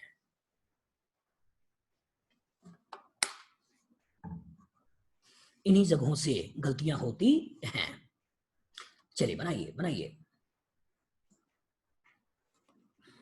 लिख लिया? हाँ, बहुत सारे रिंग्स हो तो बस रिंग्स को गिन लेना है, गिनकर आंसर को रिपोर्ट कर देना है। चलिए अब समझिए बेटा, कभी कभी ऐसा भी हो सकता है, ऐसा भी हो सकता है कि दो से ज्यादा रिंग्स हो जाएं, उस केस में भी रिंग्स को गिन लेना है और गिनकर अपने आंसर को बता देना है। जैसे मान लो क्वेश्चन ऐसे दे दे और आपसे पूछ ले इस पर्टिकुलर के अंदर डिग्री ऑफ अनसैचुरेशन कितना है, बताइए कितने होंगे? 3, बस वही गिन लेना है। जितने रिंग्स आपको दिखाई दें 1 2 3 आपको आंसर को बता देना होता है। डिफरेंस क्लियर है? डिफरेंस क्लियर है? बताइए फ्यूचर में कभी मॉलिक्यूलर फार्मूला से रिलेटेड, फ्यूचर में कभी स्ट्रक्चर से रिलेटेड क्वेश्चन आ जाए और उसका ड्यू पूछ लिया जाए, बता दोगे? बता दोगे? Yes, very good. चलिए अब कहानी में नया ट्विस्ट। अब कहानी में नया ट्विस्ट। कभी कभी ऐसा भी हो सकता है बेटा कि स्ट्रक्चर बना हुआ ना हो, स्ट्रक्चर बना हुआ ना हो बल्कि मॉलिक्यूलर फार्मूला लिखा हुआ हो। स्ट्रक्चर बना हुआ ना हो बल्कि मॉलिक्यूलर फार्मूला लिखा हुआ हो। और जो मॉलिक्यूलर फार्मूला लिखा हुआ है तो उस केस में कैसे डीयू निकालोगे? उस केस में कैसे डीयू निकालोगे? तो उसके लिए आपको एक फॉर्मूला याद रखना है। उसके लिए एक फॉर्मूला याद रखना है। वो फॉर्मूला क्या है? कार्बन के नंबर को दुगना कर दें। कार्बन का नंबर को दुगना कर दें, उसमें 2 जोड़ दें, जितने भी हाइड्रोजन हो उन्हें घटा दें, जितने भी हेलोजन हो उसे घटा दें, नाइट्रोजन को जोड़ दें और 2 से डिवाइड कर दें। 2 से डिवाइड कर दें। तो कभी भी अगर मॉलिक्यूलर फार्मूला से क्वेश्चन पूछा जाए, मॉलिक्यूलर फार्मूला से क्वेश्चन पूछा जाए तो मॉलिक्यूलर फार्मूला से क्वेश्चन पूछा जाए तो यहीं से सारी चीज निकली है। CnH2n+2 अगर हर चीज यहीं से निकली है तो इसी पर्टिकुलर में एक हाइड्रोजन, मतलब हाइड्रोजन की जितनी वैलेंसी है उतनी ही वैलेंसी हेलोजन की है, इसलिए हाइड्रोजन को भी घटाते हैं, हेलोजन को भी घटाते हैं। अगर नाइट्रोजन आ जाए तो नाइट्रोजन की वैलेंसी 3 है, इसलिए हाइड्रोजन हटा 1। इसको ऐसे सोचिए, इसे ऐसे सोचिए, हाइड्रोजन को हटाया और इसकी जगह हेलोजन लगाया तो इसका मतलब हाइड्रोजन की वैलेंसी 1, हेलोजन की वैलेंसी 1, इसलिए हाइड्रोजन को घटाएं या हेलोजन को घटाएं। लेकिन जो ही आपने हाइड्रोजन को हटाकर, हेलोजन को हटाकर ऑक्सीजन लगा दिया तो ऑक्सीजन की वैलेंसी होती है 2, मतलब एक हाइड्रोजन हटेगा साथ में एक हाइड्रोजन चला आएगा, और एक हाइड्रोजन हटेगा साथ में एक हाइड्रोजन चला आएगा तो ओवरऑल हमें हाइड्रोजन का लॉस नहीं होगा। इसलिए डाई वैलेंसी के कैलकुलेशन में या डाई वैलेंसी वाले एटम्स लगे हुए हों, ऑक्सीजन लगे हुए हों, सल्फर लगे हुए हों, उसमें डीयू का रोल, डीयू के कैलकुलेशन में उनका रोल नहीं होता है। लेकिन जो ही ट्राई वैलेंसी आ गई, नाइट्रोजन आ गई, तो नाइट्रोजन का मतलब इसकी ट्राई वैलेंसी है, लॉस हुआ एक हाइड्रोजन एटम का, गेन हुआ 2 हाइड्रोजन एटम का, तो ओवरऑल एक हाइड्रोजन को हम जोड़ देते हैं नाइट्रोजन के टर्म्स में। तो अच्छी तरह से इस फॉर्मूले को याद रखिएगा कि कार्बन का नंबर को दुगना करना है, 2 जोड़ना है, हाइड्रोजन हेलोजन को घटाने हैं, नाइट्रोजन को जोड़ने हैं और 2 से डिवाइड करना है। याद रहेगा? याद रहेगा? हाँ, चलिए लिखिए, पॉइंट्स ग्रुप में लिखिए, पॉइंट्स ग्रुप में लिखिए। If molecular formula is given, लिखिए if molecular formula is given, लिखिए if molecular formula is given, in that case, if molecular formula is given, then in that case always use this formula, always use this formula to find out degree of unsaturation, always use this formula to find out degree of unsaturation। देखिए बनाइए, लिख लिया? लिख लिया? Good, हाँ लिखो लिखो। अगर मॉलिक्यूलर फॉर्मूला लिखा है, फिर से बोल रहे हैं, कार्बन का नंबर को दुगना करना है, 2 जोड़ना है, हाइड्रोजन हेलोजन को घटाने हैं, नाइट्रोजन को जोड़ने हैं, 2 से डिवाइड करना है। मोनो वैलेंसी को घटाना है, डाई वैलेंसी का कोई भी रोल नहीं है, डाई वैलेंसी का कोई भी रोल नहीं है बेटा, इसलिए सल्फर का ऑक्सीजन के बारे में मत सोचिएगा। ट्राई वैलेंसी नाइट्रोजन को जोड़ना है और 2 से डिवाइड करना है, 2 से डिवाइड करना है। बना लोगे? जो एटम हो उसे यूज करो, जो एटम नहीं है उसे छोड़ दो। नाइट्रोजन है उसे यूज करो, नहीं है छोड़ दो। ये हेलोजन है, यूज करो, नहीं है छोड़ दो। चलिए क्वेश्चन से क्लियर करते हैं, क्वेश्चन से क्लियर करते हैं, ध्यान से समझिए, ध्यान से समझिए। जैसे मान लो आपको क्वेश्चन दे दिया, आपको क्वेश्चन दे दिया कि C3H8, C3H8, बताइए इस मॉलिक्यूलर फॉर्मूले से डीयू कितना निकालोगे? फॉर्मूला याद रखिएगा, कार्बन का नंबर को दुगना करना है, 2 जोड़ना है, हाइड्रोजन को हेलोजन को घटाने हैं, नाइट्रोजन को जोड़ना है और 2 से डिवाइड करना है। गुड, वैल्यू कितनी आ गई? 0। कार्बन का नंबर को दुगना कर दीजिए, 3 दूना 6, 2 जोड़ 2 8, 8 - 8, 0/2 0। क्वेश्चन ऐसे दे दे C4 है H10 है, इसका DU बताइए, क्या बोलोगे? क्या बोलोगे? हाँ क्या बोलोगे? 0। गुड। 4 दूना 8, 2 10, 10 minus 10, 0 by 2 0। Clear? Question they they C5 है H10 है, इसका DU बताइए, कितना आएगा? 1। Very good. 5 दूना 10, 2 12, 12 माइनस 10, 2 बाई 2 1। DU 1 निकाल लेना। मतलब अगर केवल हाइड्रोजन और कार्बन है, हाइड्रोकार्बन है, तो डायरेक्ट आप कार्बन हाइड्रोजन को देखिए, बाकी सबको छोड़ दीजिए, 2 से डिवाइड करिए, वैल्यू निकाल दीजिए। अगर हेलोजन है तो हेलोजन को देखिए, नहीं है छोड़ दीजिए। मान लो क्वेश्चन दे दिया C4 H9Br, इसका DU बताइए, क्या कहोगे? C4 H9Br, DU कितना आएगा? 0। Very good, very good. 4 दूना 8, 8 2 10, 10 माइनस 10, 9 और 1 10, तो 10 माइनस 10, 0 बाई 2 0। वैल्यू को निकाल देना है। आईटी एडवांस 2014 आपसे क्वेश्चन पूछते हैं C4 H10O, C4H10O, इस पर्टिकुलर के सारे अल्कोहल बनाने थे और अल्कोहल बनाकर उनकी कॉमन नेम आयोपैक नेम को मिलाना था। तो मान लो मैं यही क्वेश्चन दे दूं, C4H10O है, इसका डिग्री ऑफ अनसैचुरेशन बताना है, कितना आएगा? Very good, very good. Value कितनी आ गई? 0। 4 दूना 8, 2 10, 10 माइनस 10, 0 बाई 2 0। तो ऑक्सीजन का कोई भी रोल नहीं है, इसलिए ऑक्सीजन मत सोचिए।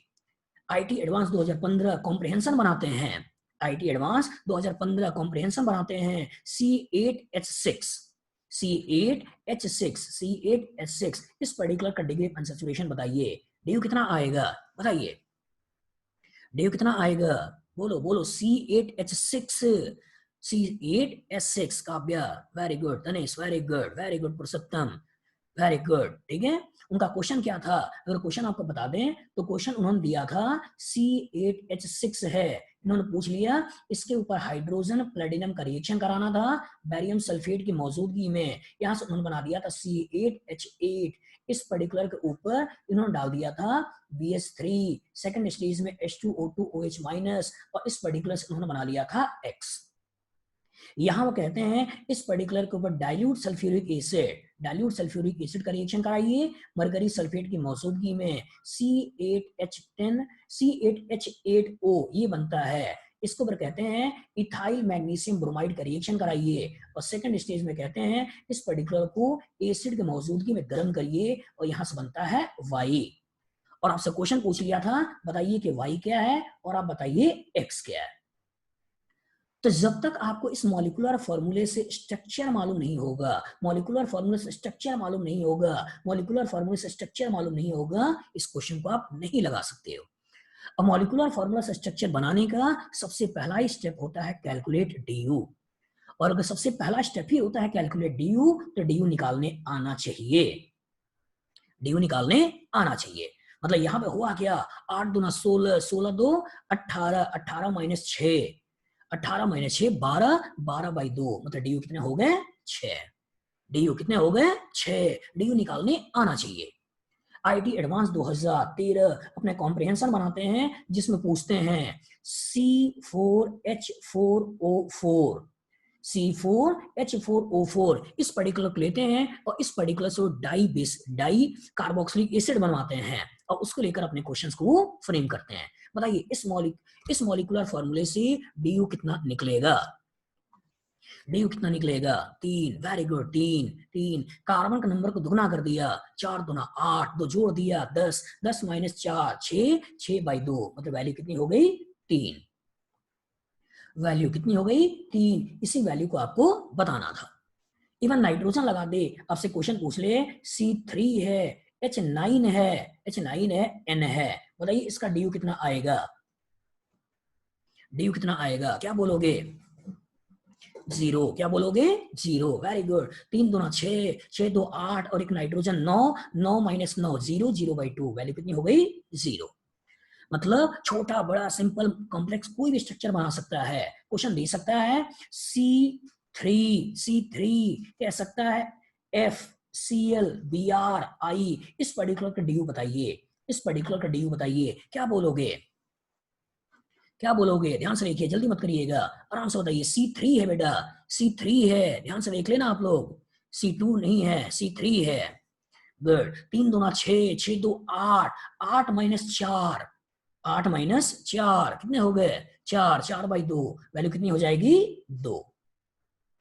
तो कहने का मतलब ये है कि मॉलिक्यूलर फॉर्मूला से स्ट्रक्चर बनाना अगर आपसे पूछा जाए तो उसका सबसे पहला स्टेप होता है DU, मतलब डिग्री ऑफ अनसैचुरेशन आपको निकालने आना चाहिए, चाहे मॉलिक्यूलर फॉर्मूला दे दे या स्ट्रक्चर दे दे। बना लोगे? बताइए, बना लोगे सब लोग? सब लोग? Good, very good, very good. चलिए अब कुछ चीजें और इसे भी दिमाग में बैठाइए।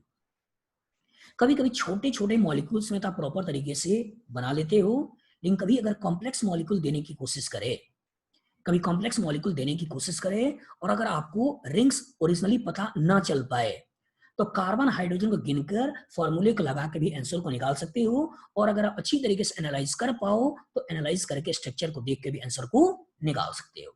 जैसे अगर मैं क्वेश्चन आपको ऐसे दे दूं, अगर मैं आपको क्वेश्चन ऐसे दे दूं कि ये एक क्यूब है, अगर मैं क्वेश्चन ऐसे दे दूं और आपसे कह दूं कि ये क्यूब है और क्यूब में पूछ लिया जाए कि इसके अंदर डिग्री ऑफ अनसैचुरेशन कितना है, क्या बोलोगे? क्या बोलोगे? क्या बोलोगे? हाँ, आंसर कितना आ रहा है 6, 6। चलिए ध्यान से देखिए, जल्दबाजी मत करिए, कुछ बच्चों का आंसर कितना आ रहा है 5, 6। चलिए समझते हैं, समझते हैं, एनालाइज करिएगा, एनालाइज करिएगा। इसमें कार्बन कितने हैं? इसमें कार्बन कितने हैं? ध्यान सोचिए, कार्बन कितने हैं बताइए? कार्बन, कार्बन कितने हैं बेटा? क्यूब है, क्यूब है 8। वेरी गुड, कार्बन कितने हैं 8। ध्यान से देखो, 1 carbon, 2 carbon, 3 carbon, 4 carbon, 5 carbon, 6 carbon, 7 carbon, 8 carbon. तो इसके अंदर कार्बन कितने हैं 8। हाइड्रोजन कितने हैं? हाइड्रोजन कितने हैं बताइए साकिब? हाँ बताइए। हाँ हर्षिल, वेरी गुड। हाँ कितने हैं 8। क्यों? क्योंकि हर कार्बन में एक एक हाइड्रोजन है, 1 बॉन्ड 2 बॉन्ड 3 बॉन्ड मतलब एक हाइड्रोजन, 1 बॉन्ड 2 बॉन्ड 3 बॉन्ड मतलब एक हाइड्रोजन। तो हर कार्बन में अगर एक एक हाइड्रोजन है तो हाइड्रोजन कितने हो गए 8। फॉर्मूला लगाओ, डी का फॉर्मूला है क्या 2C + 2 - H - X + N divided by 2। और सोच के बताओ इसका डी कितना आएगा? इसका डी कितना आएगा 5। कितना आएगा 8 दूना 16, 2 18, 18 - 8 कितने हो गए 10, 10 बाई 2 कितने हो गए 5। तो जल्दबाजी में बच्चा जो करता है वो क्या करता है, वो देख लेता है कि फेसेस 6 है डी 6 है, फेसेस 6 है डी 6 है। ऐसा नहीं लगाना है, जब भी ऐसे कॉम्प्लेक्स आ जाए तो फेस जितने दिखाई दें उसे एक कम करना है, फेस जितने दिखाई दें उसे एक कम करिएगा, वो उसका ड्यू बताएगा। जितने फेस हैं उसे एक कम देखना है, एक कम देखना है। फिर से बोल रहे हैं, जब भी कभी कॉम्प्लेक्स मॉलिक्यूल आ जाए और कॉम्प्लेक्स मॉलिक्यूल में कभी डिग्री ऑफ अनसैचुरेशन पूछे तो 2 तरीके होते हैं। एक तरीका होता है कि अब जितने भी कार्बन है, जितने भी हाइड्रोजन है, उन्हें ऐसे गिन लो, लिख लो, और लिखने के बाद इस फॉर्मूले को यूज कर लो और फॉर्मूले को यूज करके ड्यू बता दो। दूसरा तरीका होता है कि जितने फेसेस हैं, जैसे यहाँ पे देखोगे तो 1 फेस, यहाँ देखोगे 2 फेस, यहाँ देखोगे 3 फेस, यहाँ देखोगे 4 फेस, एक ये वाला फेस 5, एक ये वाला फेस 6।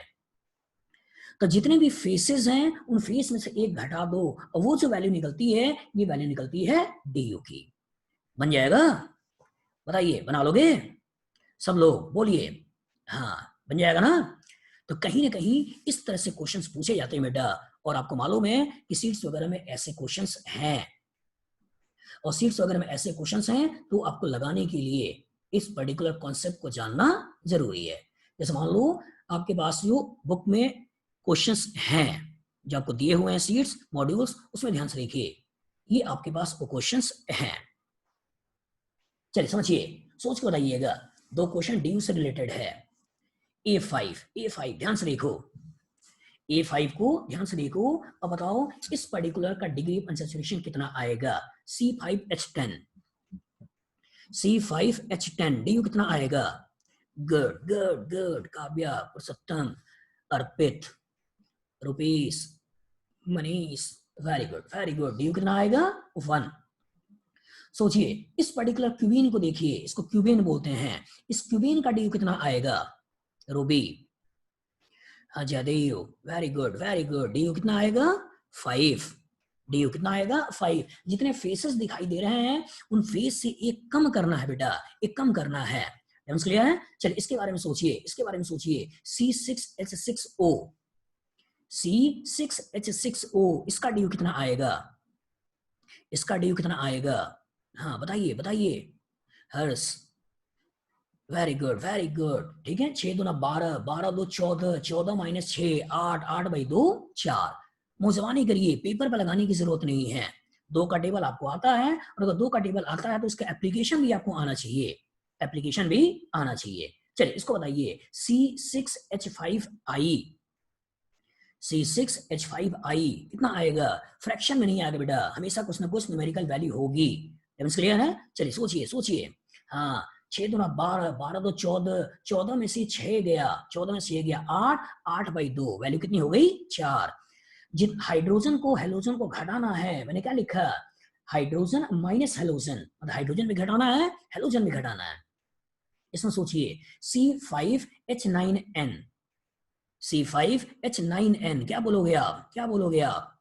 हाँ वेरी गुड वेरी गुड। 5 दूना 10, 10 दो 12, 12 और 1 13, 13 माइनस 9 4, 4 बाई 2, वैल्यू कितनी हो गई 2।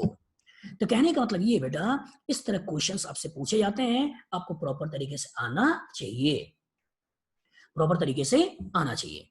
तो फ्यूचर में अगर कभी डिग्री अनसैचुरेशन से रिलेटेड क्वेश्चन बना लोगे? बोलिए। हाँ तो जो आपका 14 तारीख को पेपर है, 14 तारीख का पेपर है, वो पेपर में मैं जो क्वेश्चन को डालूंगा वो आपका यही वाले सेगमेंट्स होंगे जो अभी तक आपने पढ़ा है, मतलब बेसिक अंडरस्टैंडिंग वाले सेगमेंट जो अभी तक आपने पढ़ा है, उसी पर्टिकुलर का 14 तारीख को कोई पेपर है बेटा। ठीक है, इसलिए बहुत अच्छी तरीके से तैयार कर लीजिएगा, और तैयार करके अपने कॉन्सेप्ट को बना लीजिएगा। क्लियर है? ऑर्गेनिक वाला सेगमेंट अभी तक जितना पढ़ा है वो सारा आपसे पूछा जा सकता है। ठीक है, चलिए एक चीज और जो आपको दिमाग में बैठाकर रखना है, एक चीज और जो आपको दिमाग में बैठाकर रखना है, समझिए। इस डिग्री ऑफ अनसैचुरेशन को, इस डिग्री ऑफ अनसैचुरेशन को एक नाम और देते हैं, डिग्री ऑफ अनसैचुरेशन को एक नाम और देते हैं double bond equivalent, double bond equivalent, double bond equivalent. मतलब इसको और छोटा करें तो DBE, DBE। तो कभी हो सकता है इधर उधर के कुछ बुक्स वगैरह को लगा रहे हो, तो उन बुक्स को लगाने में हो सकता है ये नाम भी आपको दिखाई दे जाए कि डबल बॉन्ड इक्विवेलेंट। तो डबल बॉन्ड इक्विवेलेंट मतलब DU।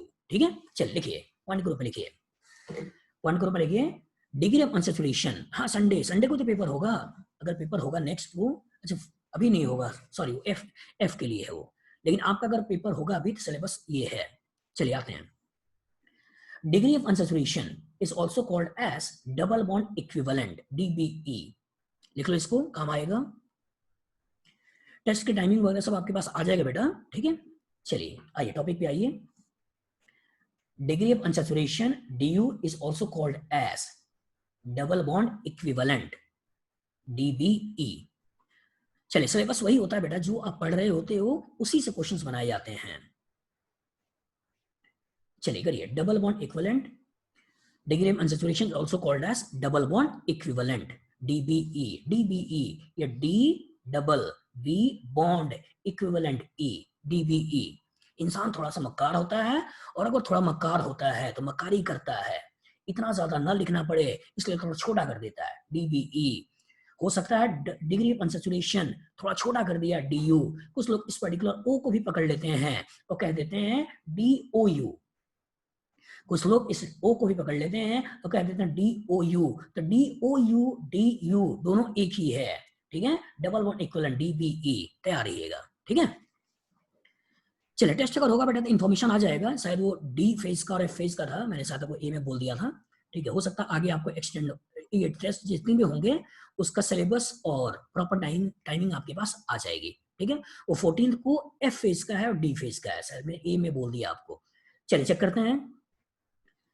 चलो DU इससे रिलेटेड फिर से पूछना बेटा, इससे रिलेटेड अगर क्वेश्चन आए लगा लोगे? सब लोग लगा लोगे? हाँ चलिए अब नया हेडिंग डालिए, केमिकली डिफरेंट हाइड्रोजन। देखिए केमिकली डिफरेंट हाइड्रोजन, हेडिंग डालिए केमिकली डिफरेंट हाइड्रोजन।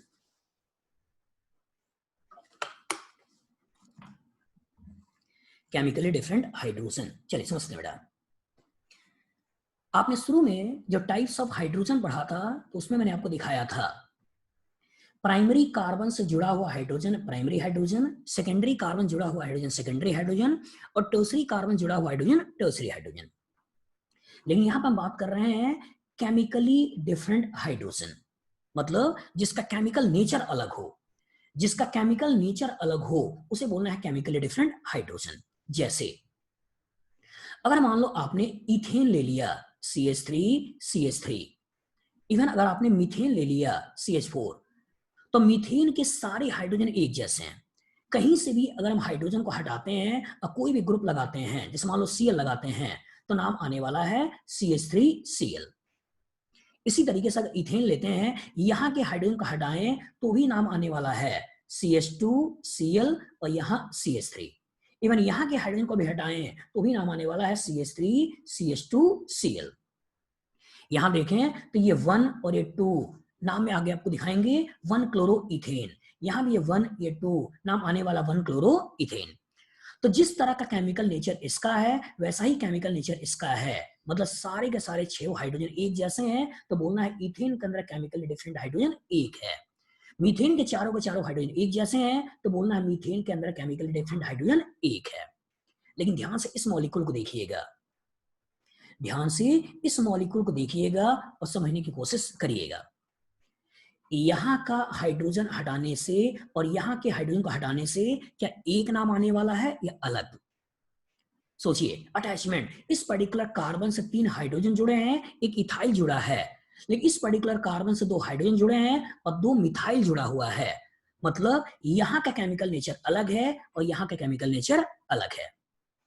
यहां का केमिकल नेचर अलग है, मतलब एक बनाने वाले हो CH3 CH2 CH2 कुछ ऐसे बनाने वाले हो, एक बनाने वाले हो यहां से CH3 CH3 कुछ ऐसा बनाने वाले हो। बनाओगे ना? बोलो बनाओगे नहीं बनाओगे? अगर यहां से हाइड्रोजन को हटाया जाए तो बनेगा CH3 CH2 CH2, यहां से हाइड्रोजन को हटाया जाए तो बनेगा CH3 CH CH3 CH3। तो दोनों का केमिकल नेचर, यहां का केमिकल नेचर यहां का केमिकल नेचर अलग है। सिमिलरली अगर मान लो मैं ब्यूटेन लेता हूं, ब्यूटेन लेता हूं, सोचिए इसके अंदर कितने केमिकली डिफरेंट हाइड्रोजन हैं? बताइए कितने केमिकल डिफरेंट हाइड्रोजन हैं? लक्ष्य 2। Very good very good very good, क्योंकि यहाँ का केमिकल नेचर यहाँ का केमिकल नेचर सेम है। अब पेन रखिए, मान लीजिए वो Cl है, इस पेन को रखते हो और यहाँ पे तो 1 पोजीशन पे आने वाला है, यहाँ लगाते तो भी 1 पोजीशन पे आने वाला है, यहाँ लगाते तो 2 पोजीशन आने वाला है, यहाँ 2 आने वाला है, तो 1 और 2 दो अलग अलग होने वाले हैं। 1 और 2 दो अलग अलग होने वाले हैं, तो इस मॉलिक्यूल के अंदर केमिकली डिफरेंट हाइड्रोजन 2 हैं। यहां से हटाया जाए तो नाम आ जाएगा CH3 CH2 CH2 CH2, ऐसे बनने वाला है।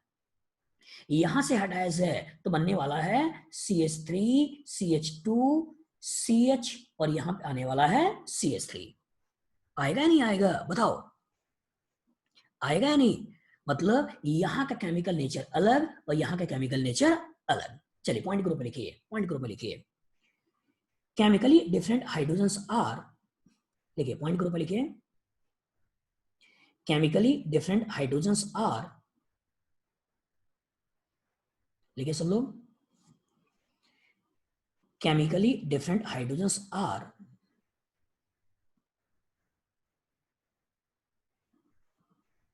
chemically different hydrogens are those hydrogen which on replacement with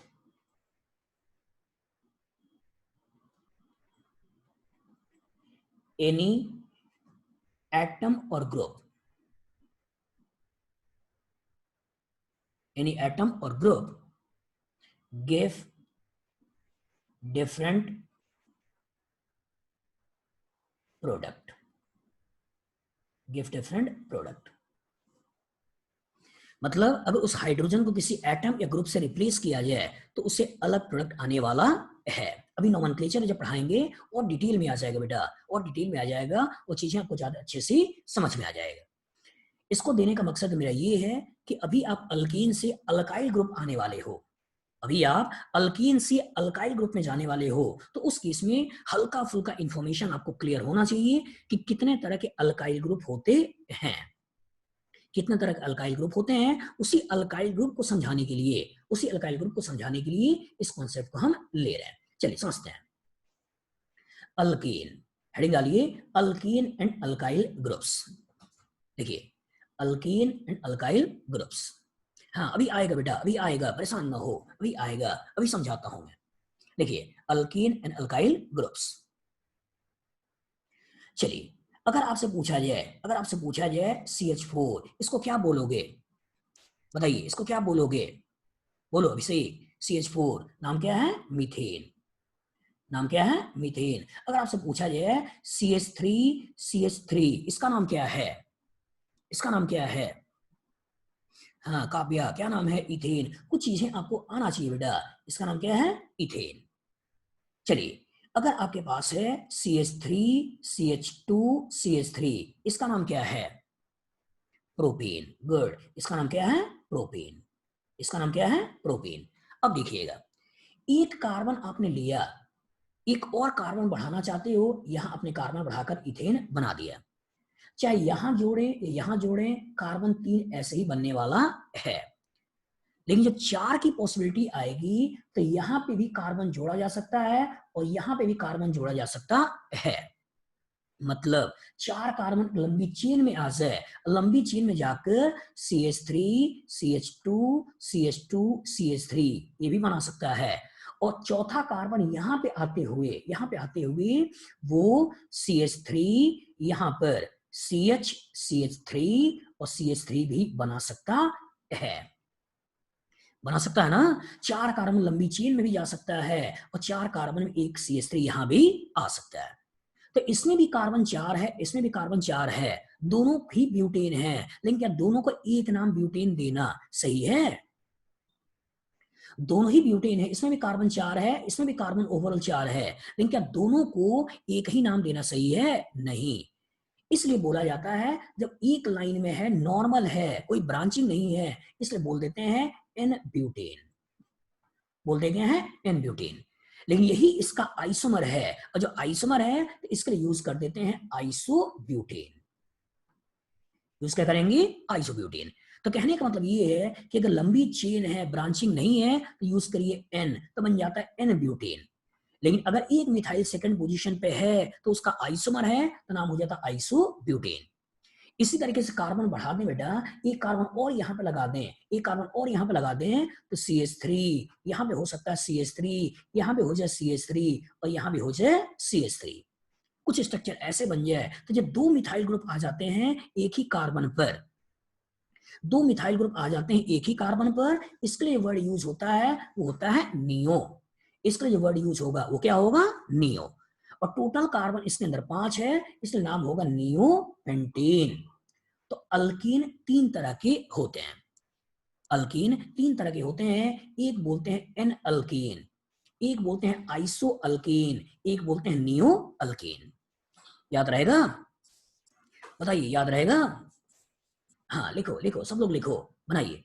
देखिए, methane, ethane, propane, n butane, isobutane, neo pentane. बनाइए, नोटबुक में लिखिए, नोटबुक में लिखिए।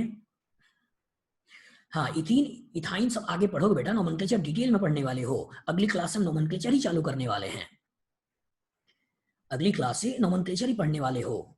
ठीक है, नोमेनक्लेचर के बाद आइसोमरिज्म आएगा, नोमेनक्लेचर के बाद आइसोमरिज्म आएगा।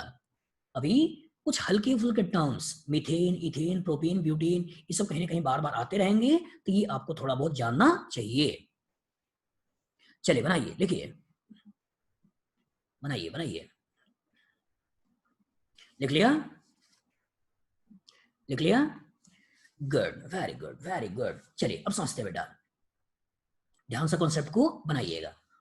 अगर कभी अल्कीन से, अगर कभी अल्कीन से हाइड्रोजन हटाया जाए, तो जो ग्रुप बनता है उस ग्रुप को बोला जाता है अल्काइल ग्रुप। अगर कभी अल्कीन से हाइड्रोजन को हटाया जाए तो जो ग्रुप बनता है उसका नाम क्या है? Alkyl group. इसको भी लिख लो, alkene minus H. Alkene minus H मतलब अल्काइल ग्रुप। लिखिए, अल्कीन माइनस एच मतलब अल्काइल ग्रुप। लिख लिया? लिख लिया? बताइए। हाँ लिख लिया अभिषेक? हाँ अभी डिस्कस करते हैं बेटा। चलो देखो, तो चूंकि मीथेन के सारे हाइड्रोजन एक जैसे थे, तो मीथेन से अगर तुमने हाइड्रोजन को हटाया, मीथेन से अगर एक हाइड्रोजन को हटाया तो CH3 बनने वाला है। तो इसलिए इस पर्टिकुलर के लिए नाम यूज करोगे मिथाइल ग्रुप। नाम यूज क्या करोगे? Methyl group. बनाइए, लिखिए, मीथेन से क्या आने वाला है? Methyl group. सिमिलरली अगर इथेन को देखा जाए तो इथेन के भी सारे हाइड्रोजन एक जैसे हैं, तो चाहे हम यहाँ के हाइड्रोजन को हटाएं, यहाँ के हाइड्रोजन को हटाएं, ठीक है, तो अगर मैं यहाँ के हाइड्रोजन को हटाता हूँ ये बन जाएगा CH2CH3। इसका जो नाम आने वाला है, ये नाम आने वाला है ethyl group. Ethyl group. Very good, very good. हाँ, नाम क्या आने वाला है? मिथाइल। नाम क्या आने वाला है? इथाइल।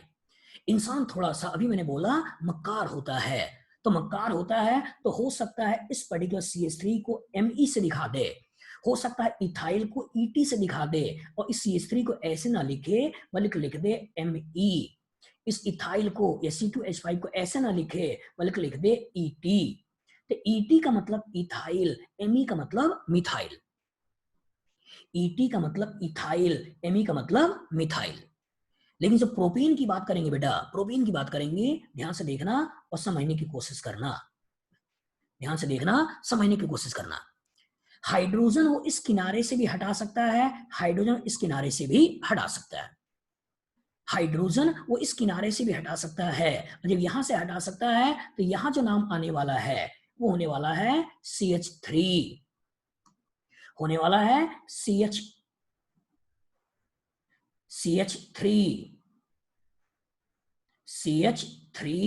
CH2, CH2 ऐसे बनने वाला है।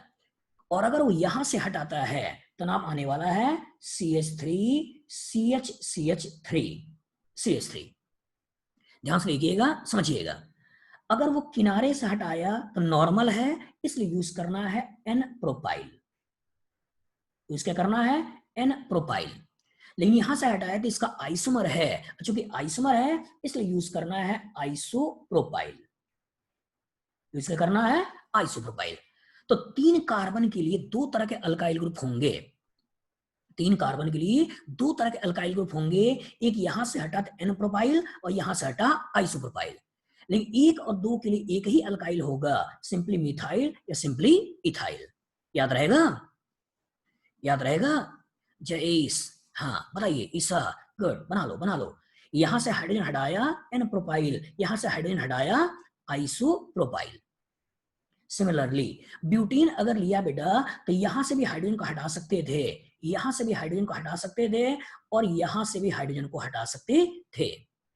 तो जब यहां से हाइड्रोजन को हटाते हैं तो अगेन जो नाम बनेगा वो कुछ ऐसे बन जाता है, CH3, CH2, CH2, CH2 ऐसे बन जाता है।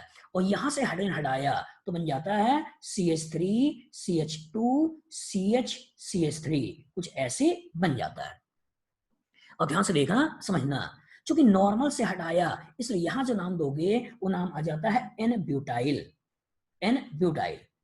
और चूंकि सेकेंडरी कार्बन से हटाया है, और जो सेकेंडरी कार्बन से हटाया है इसलिए नाम आ जाता है सेक ब्यूटाइल। नाम हो जाता है सेक ब्यूटाइल। तो याद रखना है बेटा, याद रखना है कि ब्यूटेन के केस में अगर यहां से हटाया तो नाम आने वाला है N ब्यूटाइल, यहां से हटाया तो नाम आने वाला है सेक ब्यूटाइल। इवन इसके अंदर भी देखा जाए तो 2 केमिकली डिफरेंट पोजीशंस हैं। एक पोजीशन यहां है, एक पोजीशन यहां है। ध्यान से देखना, एक यहां से भी हाइड्रोजन हटा सकते हैं, एक यहां से भी हाइड्रोजन को हटा सकते हैं। तो यहां से हटाया, यहां से अगर हटाया तो जो नाम आया, जो नाम आया वो बन जाएगा CH3, CH3, और ये बन गया CH2। और यहां से अगर हटाया तो नाम बन गया CH3, यहाँ पर CH3, यहाँ पर आपका CH3 और ये कुछ ऐसा। तो चूंकि ये आइसोब्यूटेन से आया था, और अगर आइसोब्यूटेन से आया था तो इसको नाम देना है आइसोब्यूटाइल, आइसोब्यूटाइल। और चूंकि टर्सरी कार्बन से हटाया था इसलिए नाम आने वाला है टर्ट ब्यूटाइल। तो यहां पे मैं समझाना ये चाहता हूं कि मिथाइल एक होता है, इथाइल एक होता है, लेकिन प्रोपाइल दो होता है। एक बोलते हैं एन प्रोपाइल, एक बोलते हैं आइसोप्रोपाइल। अब ब्यूटाइल चार होता है, n butyl, sec butyl, iso butyl, tert butyl.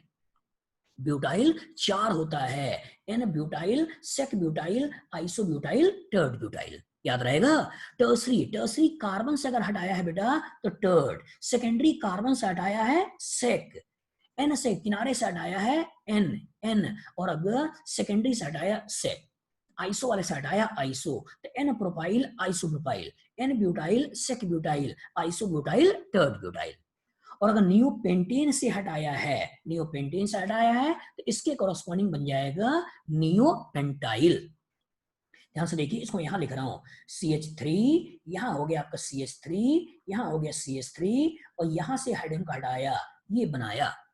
तो इसके लिए देना है आपको नियोपेंटाइल, नियोपेंटाइल। चलिए बनाइए, लिखिए नियोपेंटाइल HRX। हाँ बनाओ बेटा बनाओ, हाँ बनाइए बनाइए, सब लोग बनाइए। तो अल्कीन, अल्कीन जयदेव बताइए, अल्कीन, अल्कीन कितने तरह के होते हैं?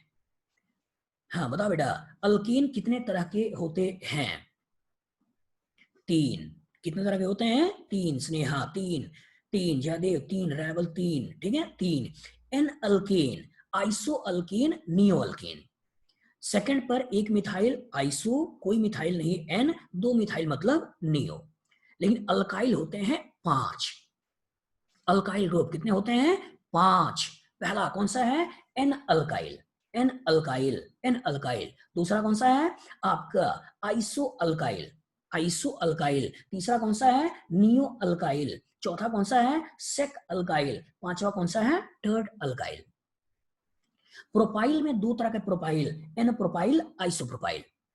प्रोपाइल में दो तरह के propyl, n propyl, iso propyl. और ब्यूटेन में ब्यूटाइल चार तरह के, n butyl, sec butyl, iso butyl, tert butyl. याद रहेगा? बताइए याद रहेगा?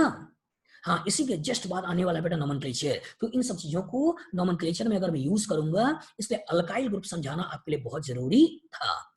अल्काइल ग्रुप समझाना बहुत जरूरी था कि नॉर्मली पिक्चर बच्चे के दिमाग में केवल ये बैठा होता है कि अल्केन से हाइड्रोजन हटा दिया मतलब अल्काइल हो गया, अल्कीन से हाइड्रोजन हटा दिया अल्काइल हो गया। लेकिन अल्काइल हो तो गया, लेकिन ये भी आपको जानना जरूरी है कि अल्काइल भी पांच तरीके के होते हैं।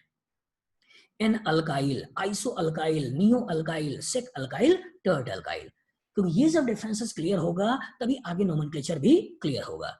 क्योंकि आगे मैं कभी कोई मिथाइल लिखूंगा तो हो सकता है MA लिख दें, इथाइल लिखूंगा तो हो सकता है ET लिख दे, ET लिख दे। प्रोपाइल लिखना होगा तो हो सकता है PR लिख दे, PR लिख दे। ब्यूटाइल लिखना होगा तो हो सकता है BU लिख दे। तो आपको क्लियर होना चाहिए कि BU का मतलब ब्यूटाइल है, PR का मतलब प्रोपाइल है, ET का मतलब इथाइल है, ME का मतलब मिथाइल है। याद रहेगा? बताओ याद रहेगा? बोलो बोलो, याद रहेगा? हाँ अनुप्रिया, हाँ वेरी गुड। तो इसका मतलब आज की क्लास में मेनली मैंने आपको जो सिखाया बेटा, वो सिखाया मैंने डिग्री ऑफ अनसैचुरेशन DU, और दूसरा जो मैंने सिखाया अल्कीन और alkyl groups. Next class onward organic का इंपॉर्टेंट टॉपिक, खासकर 11th के point of view, IUPAC nomenclature. Next class में इंपॉर्टेंट 11th क्लास के पॉइंट ऑफ व्यू एकदम अच्छे से आपको आना चाहिए। वो आपका है क्या? IUPAC nomenclature. सीट आपके पास होगी। कितने लोगों के पास मॉड्यूल्स हैं? कितने लोगों के पास मॉड्यूल्स हैं? चलिए बताइए। हैं, काफी सारे बच्चों के पास हैं। जो काफी सारे बच्चों के पास हैं, तो जो मेरा होमवर्क है उसे नोट कर लीजिए। जो मॉड्यूल्स में जो एक्सरसाइज 1 है, एक्सरसाइज 1 है, एक्सरसाइज 1 दिखाई दे रहा है? एक्सरसाइज 1 दिखाई दे रहा है? जिसके पास मॉड्यूल नहीं है, रजिस्टर वाली ऐप से ले लो बेटा आप लोग। और जो सेक्शन ए है fundamentals of organic chemistry. Fundamentals of organic chemistry, इस फंडामेंटल ऑफ ऑर्गेनिक केमिस्ट्री में ये 10 क्वेश्चंस हैं। ये जो 10 क्वेश्चन है, इन 10 क्वेश्चन को प्रॉपर तरीके से लगाना है। लग जाएगा? बताइए, लगा लोगे? हाँ। और इन 10 का बेटा वीडियो सॉल्यूशन भी मैं अपने YouTube वाले चैनल पे डाल दूंगा। इस YouTube वाले चैनल पर डाल दूंगा, ठीक है? youtube.com/ajnish2081 इसको एकदम आप सब्सक्राइब कर लो अगर ना किए हो तो। इसमें भी जितने भी ऑर्गेनिक से रिलेटेड वीडियोस होंगे वो मैं डालूंगा। और होमवर्क जो आपको मैंने 10 दिया हुआ है, इन 10 का सोल्यूशन इसमें प्रॉपर तरीके से डाल दूंगा। अब क्वेश्चन को देखकर कैसे हम अप्रोच करते हैं उसको इनडायरेक्टली थ्योरीज उन क्वेश्चन के थ्रू ही आपको समझा दूंगा कि लगातार 2 बार 3 बार 4 बार अगर देखते हो तो आपके दिमाग में थॉट्स अच्छी तरीके से बैठ जाएगा। ठीक है?